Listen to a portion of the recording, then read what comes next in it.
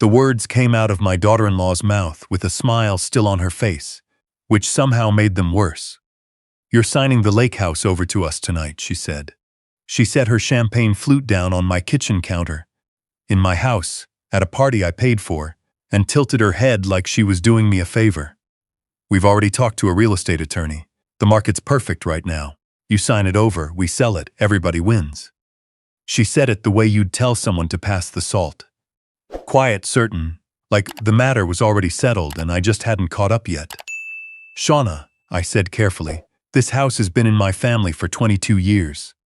She picked the champagne back up, right, and it's a lot of space for one person. She glanced toward the living room, then back at me, and her voice dropped to something that was not quite a whisper. "We've been patient, Dad, but you're 64 years old, and you're out here alone on a lake. It's not realistic. We need you to think about what's practical." "I want to tell you," I said something sharp right then. "I want to tell you I put my foot down and she backed off. But I've been a reasonable man my whole life. I built things for a living, bridges, commercial buildings, highway overpasses, and reasonable men measure twice before they cut. So I said I'll need to think about it, and walked back into the party. That was my first mistake. My name doesn't matter much to this story.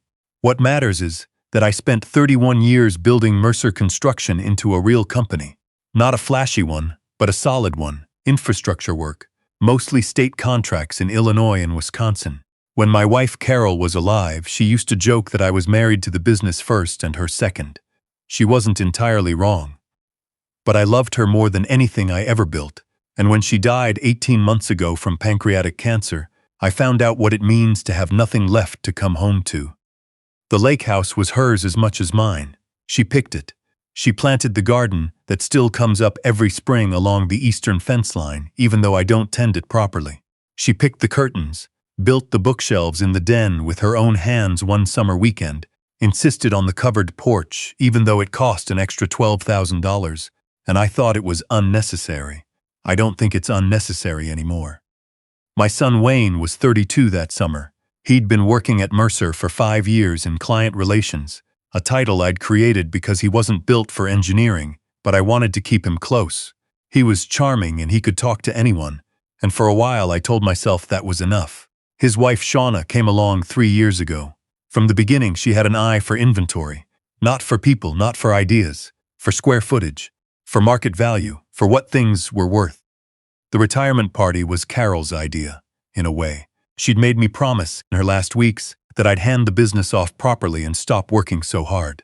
So I finally did it, sold a controlling interest to 2 senior project managers who'd earned it, and threw a party at the lake house to celebrate. 60 people, old friends from the industry, neighbors, a few clients from over the years. Wayne had offered to handle the catering. I should have noticed how enthusiastically he'd volunteered. I stayed at the party for another hour after my conversation with Shauna. I watched her work the room, touching people's arms, laughing at things that weren't funny, glancing at me periodically with that patient smile. Wayne stood near the bar most of the evening. He and I hadn't spoken since morning. It was Shauna's brother, Chet, 29 years old, and unemployed in the way that requires a longer story than I have patience for, who finally tipped the scale. He'd been hovering near Carol's writing desk in the corner of the den all night. Carol had kept a small collection of antique inkwells on it. They weren't worth a fortune, but they weren't nothing either. Chet had one of them in his hand, turning it over, checking the base. I walked over and took it from him, didn't say a word, just lifted it out of his hands and set it back on the desk. He laughed, held up his palms, went to get another drink. I found Shauna 10 minutes later and said I needed to speak with Wayne. We went into the kitchen, all 3 of us. The party noise hummed behind the door. Wayne crossed his arms before I even opened my mouth. "I'm not signing over this house," I said. "Not tonight, not after a party, and not because somebody decided to spring it on me in front of 60 people." Shauna smiled. "Dad, nobody's springing anything. We've been thinking about this for months." "Then why is this the first I'm hearing it?" Wayne sighed like I was the one being unreasonable. "Because every time we try to bring up anything serious, you change the subject. You haven't been yourself since Mom died. You're not thinking clearly, and we're worried about you." I looked at my son. I'd bought him his first baseball glove. I'd sat with him in the emergency room for 4 hours when he broke his collarbone at 14. I'd co-signed his first apartment lease because his credit wasn't there yet. I looked at him standing in my kitchen with his arms crossed and his wife beside him, and I felt something cold move through my chest. "I'm thinking clearly enough," I said. "We've spoken with an attorney," Shauna said. The smile was gone now. "If you're not going to be cooperative, we'll have to explore other options. There are legal mechanisms for situations like this, when a parent is making decisions that aren't in their best interest." I knew exactly what she meant. Guardianship, conservatorship, the legal process by which a court strips a living adult of the right to make their own decisions. She was telling me she would take me to court and argue I was incompetent. "Wayne," I said quietly, "are you part of this?" He didn't answer right away, and in that pause I got my answer. "Dad, we're just trying to help. The house is too big. You're out here alone. If you cooperate, this is easy. If you don't, it gets complicated." I nodded once. I picked up my jacket from the hook by the back door. I said, "Excuse me a moment," and I walked out. The July night was warm and still. The lake was black past the dock lights. I could hear the party behind me through the kitchen window. Someone had turned the music up. I sat in my truck for a long while without starting it. I wasn't crying. I was past crying. I was doing something I'd learned in 30 years of business. I was thinking. My phone buzzed. A notification from Mercer's accounting software. My accountant, Brenda, who'd handled our books for 11 years, had flagged 3 transactions the week before and sent me an email I hadn't opened yet because I'd been busy with party preparations. I opened it now. The email was 7 careful paragraphs long, the kind of careful Brenda used when she was scared of what she'd found. In short, over the past 14 months, $67,000 in company funds had been routed to an entity called WSB Advisory LLC. The payments were logged as strategic consulting services. The registered agent for WSB Advisory LLC was Shauna's maiden name. My son had been sending $67,000 of my money to his wife's shell company. I sat with that for a minute. The air conditioning in the truck clicked on. I could hear a loon out on the lake somewhere. I kept reading. Brenda had found it by accident while running quarterly reconciliations. She'd tried to ask Wayne about it 3 days earlier.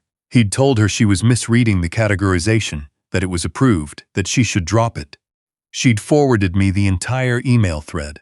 In his reply to her, my son had written, "My father is stepping back from operations. All approvals now run through me. This is not your concern. My father is stepping back from operations." He had said that to my accountant, without telling me, while I was still the majority owner. I put the phone down and looked at the windshield. 8 months earlier, I'd installed a security system at the lakehouse, motion activated, covering the front entrance, the garage, the den, and the dock. After a neighbor's place was broken into, I pulled up the app. The most recent alert was from 4 days prior, a Tuesday afternoon while I'd been at a contractor's meeting in Madison. Timestamp 2:14 p.m. I pressed play. The camera showed Chet letting himself in through the front door with a key. He was alone. He went directly to the den.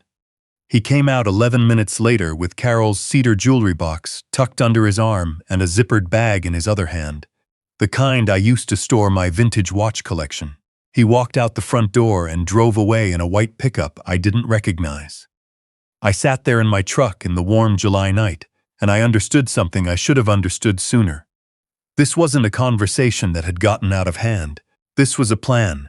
It had been running for over a year. The party, my party, paid for with my money, was just the deadline they'd set for themselves. Tonight was the night they'd decided to close the loop. I scrolled to a contact I'd had saved for 15 years and hoped I'd never need this way. Augusta Fielding.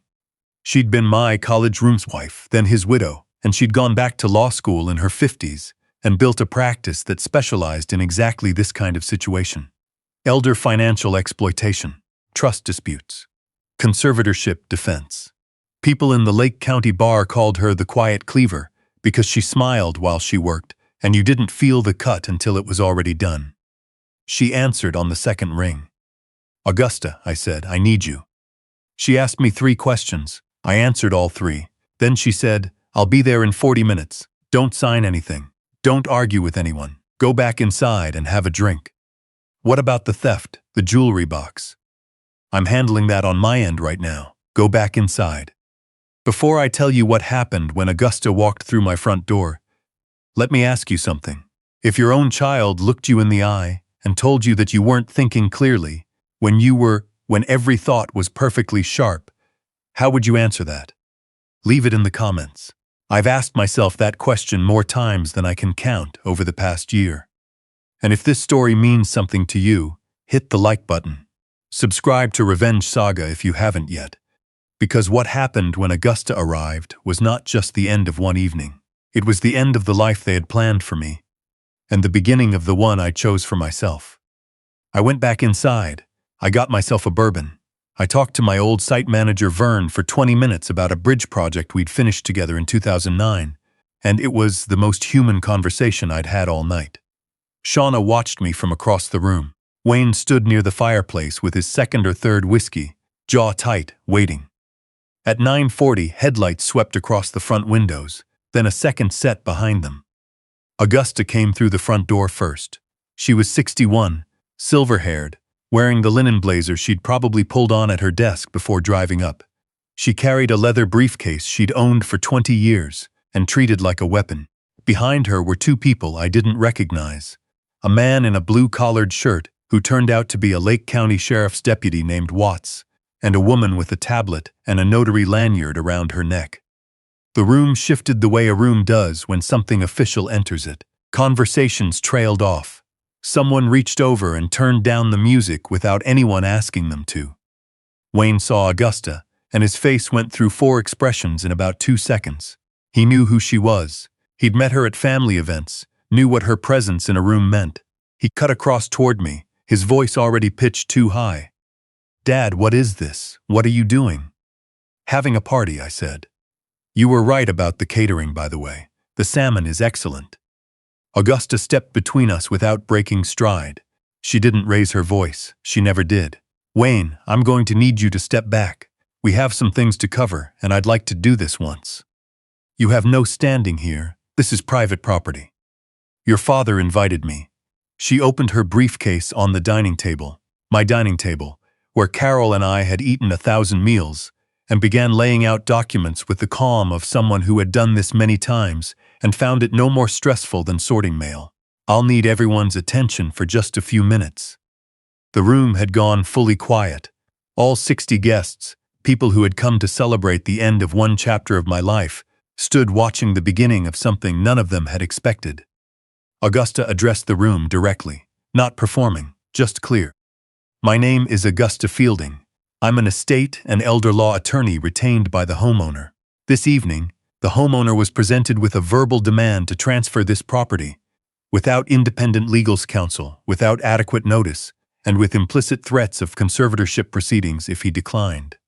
She held up her phone briefly. "I have that conversation documented." I watched Shauna's face. The smile was still technically present, but it had gone rigid, like a mask left too long in the cold. Additionally, Augusta continued, placing a document on the table. Over the past 14 months, funds totaling $67,000 were transferred from Mercer Construction's operating accounts to WSB Advisory LLC, a company with no verifiable business activity, registered to you. She looked directly at Shauna and let the silence stretch for exactly the right number of seconds. Chet, standing near the kitchen doorway with a plate of food, went very still. Augusta turned to Deputy Watts and said something quietly. He nodded and moved toward Chet, with the unhurried certainty of a man who does this for a living. "Chet," the deputy said, "I need to speak with you." Chet looked at Shauna. Shauna looked at Wayne. Wayne looked at me. "Last Tuesday afternoon at 2:14 p.m., Augusta continued in that same reasonable voice. "A man matching the description of Chet Bateman entered this residence using an unauthorized key and removed personal property belonging to the homeowner, including a jewelry collection and a watch collection. We have security footage." She still didn't look at Chet. She didn't need to.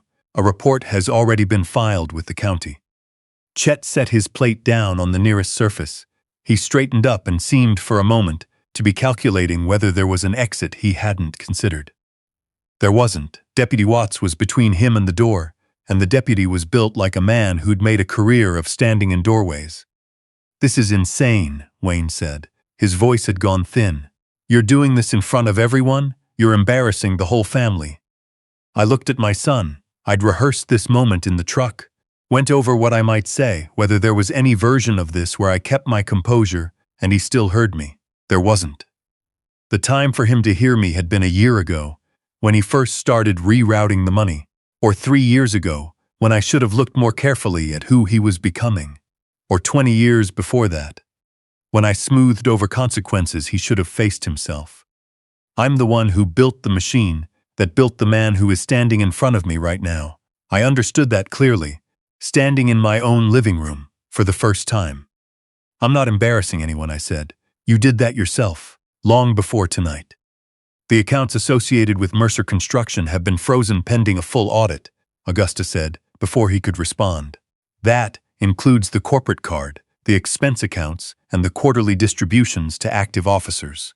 Since Wayne's role is now under review, those distributions are suspended." Shauna stepped forward. "You can't do that. Half of Wayne's compensation is contingent on his authorized role in the company," Augusta said, "which is currently under review." "Correct. We have a mortgage."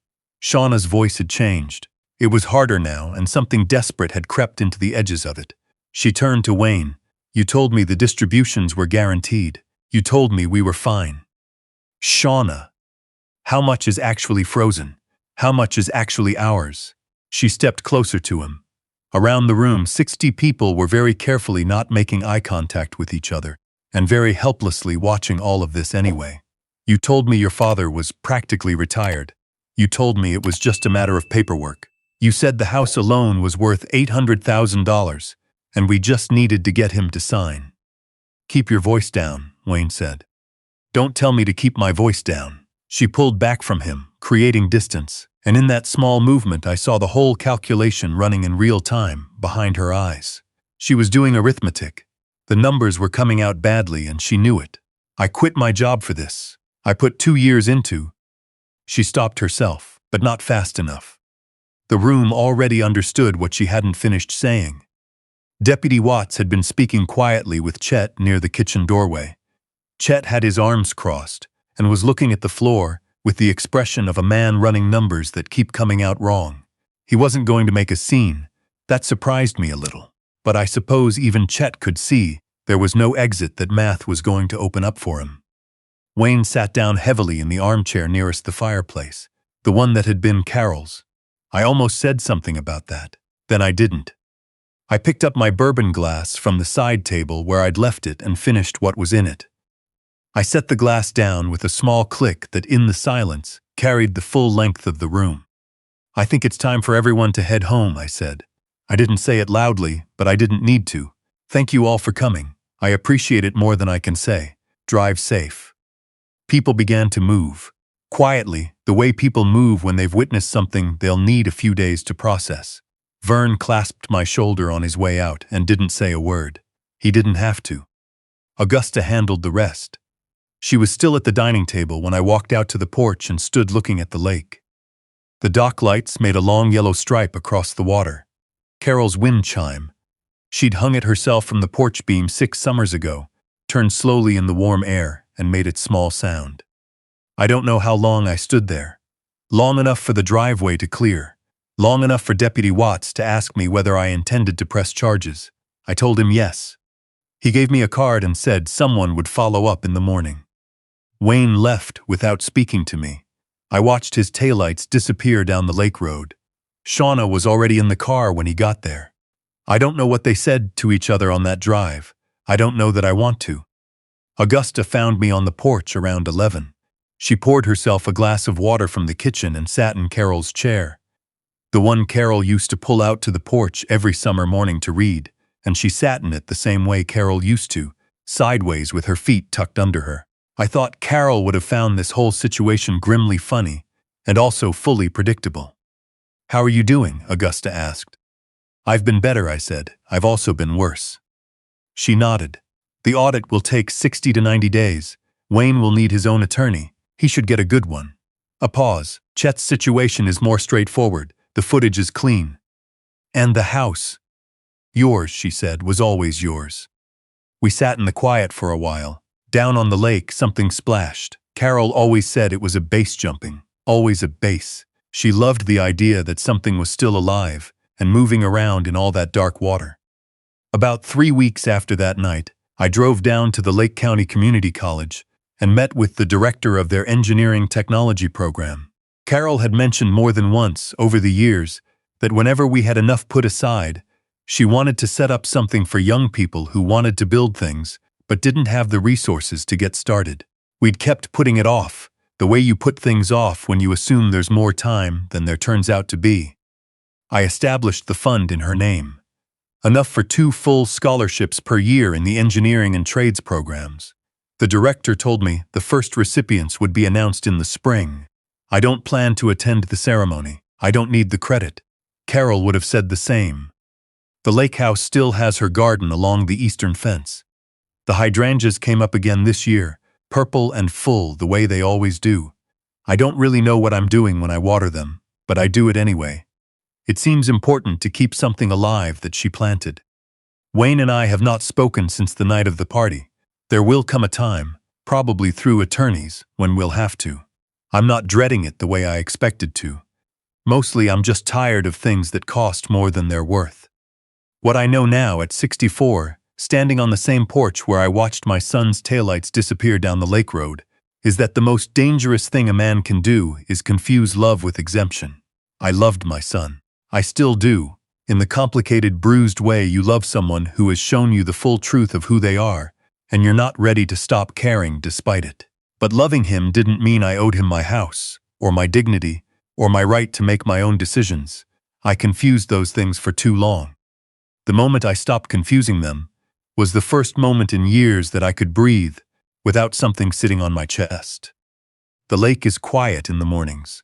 Early, before the boats go out, it's just the birds in the water and the sound of the wind chime when there's a breeze. I drink my coffee on the porch. I water the garden. I get on with things.